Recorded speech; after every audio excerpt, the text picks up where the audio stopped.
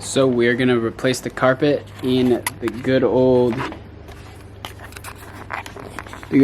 Ford Sport. It's the Explorer 2000. And we're just gonna rip it out from the corners. Come all the way around. And we're gonna replace it with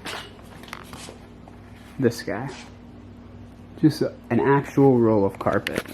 Gonna be using a knife.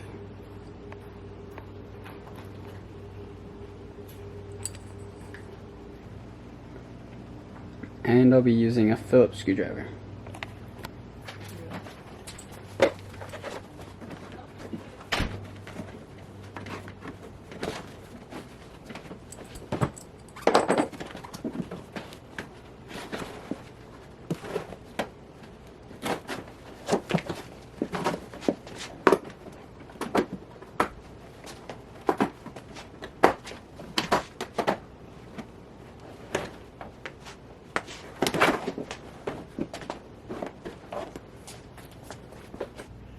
Alright, so we got our soapy water, our rag.